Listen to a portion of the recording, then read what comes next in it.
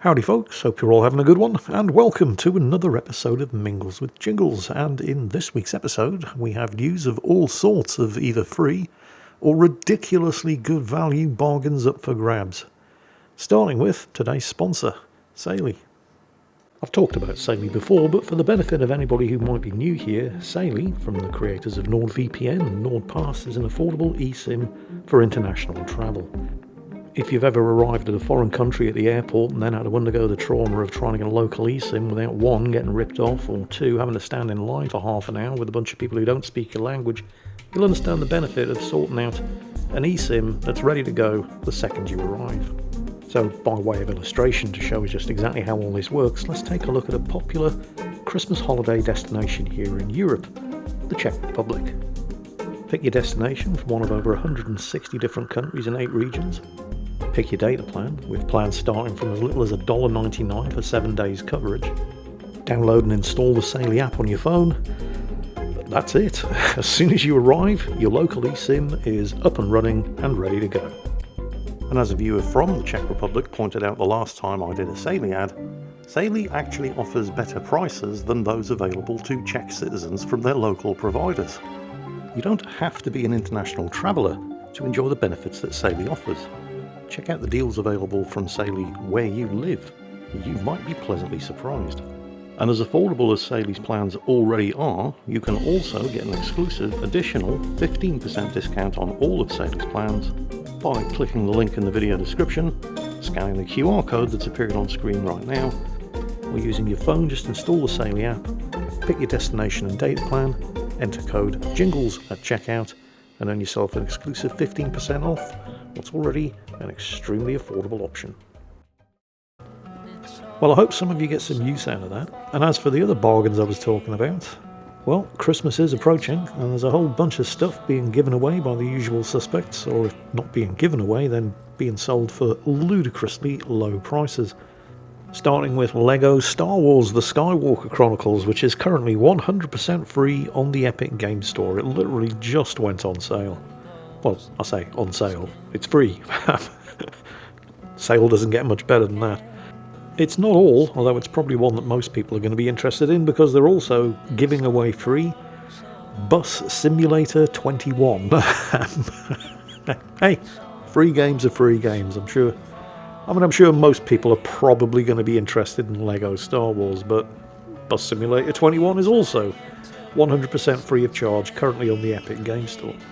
And then, not to be outdone, the Humble Bundle are also getting in on the act with, well, they have this Humble Sci-Fi Shooters Bundle, which includes Prey, System Shock, the 2016 Doom reboot, the full Crysis Remastered trilogy, and the Star Wars Dark Forces remaster, all for less than $20. I think the asking price is actually $19, or whatever that translates to into your currency. But either way, that is some really, really good games for a ludicrously low price. There's 2 titles in that list from Night Dive Studios. You may have heard of them. The System Shock version available in this bundle is their remaster of the original System Shock, as is the Star Wars Dark Forces remaster. They're just churning out the remasters of classic shooters lately. Last year, obviously, they did the System Shock remake, which wasn't the only thing they did, actually. They also did a Quake 2 remaster and Turok 3, as well as Rise of the Triad. This year, they've done Star Wars Dark Forces, Doom and a Doom 2, The Thing. I've got to admit, that was an unusual one to go for. I mean, you know, classics like Quake, Quake 2, Doom, Dark Forces, System Shock. Yeah, sure, fine. Remaster those. They're games that people loved back in the day. But The Thing, I mean, I wouldn't be surprised if most of you weren't even aware that John Carpenter's classic 1982 horror movie had a video game made about it, because it wasn't very good and nobody played it. For those of you who've seen the movie The Thing, it's basically, and if you haven't seen it, you owe it to yourself. It is a classic horror movie. I've actually talked about it in previous episodes of Mingles with Jingles, but it was, well, the basic idea is you've got a bunch of people isolated in an Antarctic survey station, and one or more of them is the Thing. It can mimic people perfectly. and you don't know who's the monster. And that's the basic premise of the movie. It was an absolute classic study in paranoia. And if there's ever been a movie that was just begging to have a survival horror video game adaptation made, it was John Carpenter's The Thing. And then in 2002, Computer Artworks did a video game adaptation of The Thing. But it wasn't a survival horror game. It was a third-person squad shooter, which seems like a really weird choice. And it didn't do very well, and hardly anybody played it. But the Night Dive Studios remaster of it, which hasn't been out very long, they only released it last week, but it currently has very positive reviews on Steam. It doesn't have many very positive reviews, and it's been out less than a week. It only has 275 reviews, but they are all very positive. So I don't know what Night Dive Studios did, but it seems to have been a success. Really bizarre choice of title to remaster, but they seem to have done a good job on it. But they have some slightly more exciting stuff coming out, well, to be announced, probably next year. Based on the rate that they're churning these remasters out, yeah, probably next year. Including one that I'm not that excited about, Sin Remastered. But they are doing System Shock 2 Enhanced Edition, and I loved the original System Shock. And the only thing better than the original System Shock was the sequel, System Shock 2. But anyway, back to that Humble Bundle. You don't have to buy all of the titles in the bundle. You can buy them individually. Like, for example, Doom and Crisis Remastered, $10. Or you can also add Crisis 2 and Prey for $14. But, I mean, then you can get System Shock for just $5, and why wouldn't you? So, it's less than $20 for all of the games in the title, including the 2016 Doom remake. So, yeah, that's the Humble Bundle, the Sci-Fi Shooters Bundle, currently available at the Humble Bundle store for just less than $20. If you want to get it, you'll have to get a move on, though, because it's only available until December the 13th, but that still gives you just less than a week to snap up this absolute bargain of a bundle. I also just heard some news about what's shaping up to be the most wishlisted game of 2025, Civilization 7. And they appear to be addressing, I think, an issue that most people have with Civilization. And that's what happens when you start getting into the end game of a playthrough. When your civilization is so far ahead that there's no way you are ever going to lose. And it starts getting really, really boring.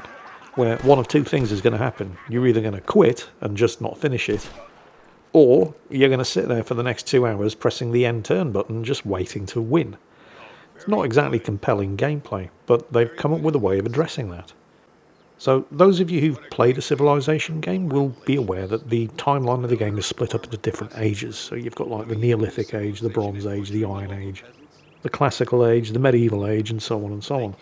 And what they think they're doing is every time you move into a new age, the game gives you the option to switch civilizations. So if you're already, like when you went to the Industrial Age, so far ahead of everybody else that there's no chance you're ever going to lose, rather than just sitting there clicking the old end turn button for the next 3 hours, you can switch to another civilization, one that maybe isn't doing as well, to sort of refresh the challenge and see if you can climb ahead using a less well-developed civilization. Or, alternatively, if you're getting your arse kicked, the next time the game enters a different age, you can switch to the civilization that's ahead. The choice is yours, and I personally think that's an absolutely genius idea. I'm very much looking forward to Civilization 7. But it is the kind of game that, well, it's dangerous to get into because it eats your life up. It's got that I'll just have one more turn factor. I mean, you know what I'm talking about. And the next thing you know, it's midnight and you've got no work done. But yeah, I figure it's going to be worth it. I certainly hope so, because I do love Civilization. I've played all of them, all the way through from the original Sid Meier's Civilization. Some have been better than others, obviously, but they've all been worth playing. Let's hope Civilization 7 continues the trend. Speaking of stuff that's worth playing, I think it's fairly safe to say that Path of Exile 2 has been a bit of a victim of its own success. For those of you who are sitting there thinking, Path of what? Path of Exile 2, obviously the sequel to Path of Exile, which did very, very well. You see, Blizzard, this is what happens when you release dog shit. Path of Exile is basically Diablo, but done right. And it hasn't even been officially released, it's in early access. But it's already one of the most played games on Steam, with nearly 500,000 concurrent players. The problem is that the developers didn't expect it to be as popular as it was, because, well, I mean, it's only early access, but I guess people just want their Diablo fix, and they're not getting it from Blizzard. The game's intended to be free to play, but in order to fund development through early access, the current buy-in is $30, and that's just for a portion of the final game, because they haven't developed the whole thing yet. But the game's servers are currently, well, begging for mercy. They're having to let people in batches while they sit in queues just trying to get in. But, I mean, 480,000 players in-game, which is a pretty impressive figure. And it would be more, but the servers can't handle it. And remember, that's 480,000 people currently playing an unfinished early access game. And that's more than double the number of people who were ever playing the original Path of Exile 1 at its prime, when it was fully released. I think it's fairly safe to say Path of Exile 2 is going to be a major success, because it already is a major success, and they haven't even finished it or released it yet. Anyway, more good news. Ubisoft's really in the shit now, apparently. Aside from the disappointing sales of Star Wars Outlaws, which I still maintain was, well, I mean, it wasn't a great game, but it wasn't a bad game. It was all right, but it was in no way worth $70. And I think the price was probably a major factor in the poor sales, and also the, well, undeniable fact that it wasn't a great game. And also, I'm reasonably sure that a lot of people just didn't buy it because they wanted to punish Ubisoft. And as far as I'm concerned, that's a perfectly good reason for not buying a Ubisoft title. But the poor sales of Star Wars Outlaws have definitely hit Ubisoft hard, and then of course they've slipped Assassin's Creed Shadows 3 months. It's not coming out in time for Christmas, so it's going to miss the big Christmas sale period. Instead it's coming out in February, and the game is also mired in controversy with all kinds. I mean, the Japanese are in an uproar about it. The game's obviously set in feudal Japan, and they're just, well, there's no real other way to put it. They're just getting it wrong in so many ways. I barely even know where to start. So I'm reasonably sure, and again, you've got the old I'm not buying it because I want to punish Ubisoft factor, which almost certainly means that Assassin's Creed Shadows is going to be an abject failure as well. They also announced that they're pulling the plug on X-Defiant. You could be forgiven for never having heard of X-Defiant. It's apparently Ubisoft's Call of Duty competitor. And just 3 months ago, the game's executive producer insisted that the game is absolutely not dying, and last week they pulled the plug on it, which also resulted in 277 employees losing their jobs and 2 production studios being shut down. Under Ubisoft's current leadership, with a track record of nothing but high-profile failure after high-profile failure, their share price, and let's not forget, we're not just talking here about games like X-Defiant being shut down and the relative failure of Star Wars Outlaws. We have the raging dumpster fire that was Skull and Bones as well, that cost them $200 million, and, well, yeah, the less said about that, the better. This has meant that their share price has gone from a high in 2021, just 3 years ago, of $85 a share to $13 a share today. And what happens when a public company's share price drops as low as that? Well, the sharks start circling in the water looking to buy them up, and that is apparently exactly what is happening. Now, this hasn't exactly been confirmed, but there have been reports this week that they are in buyout talks with the Chinese media conglomerate Tencent. Now, Tencent are already Ubisoft's second biggest shareholder. The sticking point appears to be that the Guillemot family, the family who founded Ubisoft all the way back in the 80s, they want to retain control. The thing is, they're also the family, since they're the ones in charge, responsible for all of the shit that Ubisoft's gotten itself into over the course of the last 5 years. So you can kind of see why Tencent would want a bit more say in how the company's run, and would not want the family to remain in control. So that's going to be the sticking point. Another potential sticking point, which I don't believe anybody's really addressed yet, is how exactly are the French government going to react to a Chinese media conglomerate potentially buying out what is or certainly was, one of the most successful companies in France. Are they even going to allow it? I mean, there's a distinct possibility that the French government could just step in and say, no. I don't know. I guess we'll just have to wait and see. Although, I'm fairly sure that whatever happens, it's going to be way too late to save Assassin's Creed Shadows. Anyway, 1 week to go before I take my annual Christmas break. And I think I've earned it this year. This year's been pretty rough, you know, what with surviving cancer and everything. And yeah, I know, I'm as bad at taking breaks as I am everything else I do. And I'm absolutely 100% sure that I'll just get bored after 3 days and start uploading videos. And I've got a couple of things planned to play. I just got a key for a new... Well, I'm not even really sure how to describe it. It's called Astrometica. It's kind of like a sort of cross between Subnautica and Breath Edge, but set in space. It's a survival, base building, exploration. It basically ticks all of the buttons. Ticks all of the buttons, presses all the buttons, ticks all the boxes. Holy shit, I'm mixing my metaphors up today. But it's looking interesting. And, well, as soon as I actually embark on my Christmas break, I'm probably going to be putting a couple of hours into that, so don't be too surprised if you start seeing Astrometica videos suddenly popping up out of nowhere. I've also got Outcast, new beginning to play, and I've been spending way too much time on Vampire Survivors. If you know, you know. That game is so addictive. And 100% not the sort of game I thought I would ever enjoy playing. But anyway, yeah, lots of stuff to do.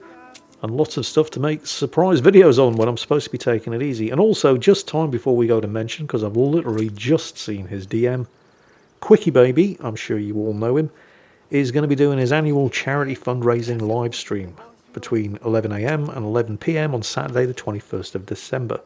This year he's raising money for Cancer Research UK, and yep, that one hits pretty close to home, and Special Effect once again.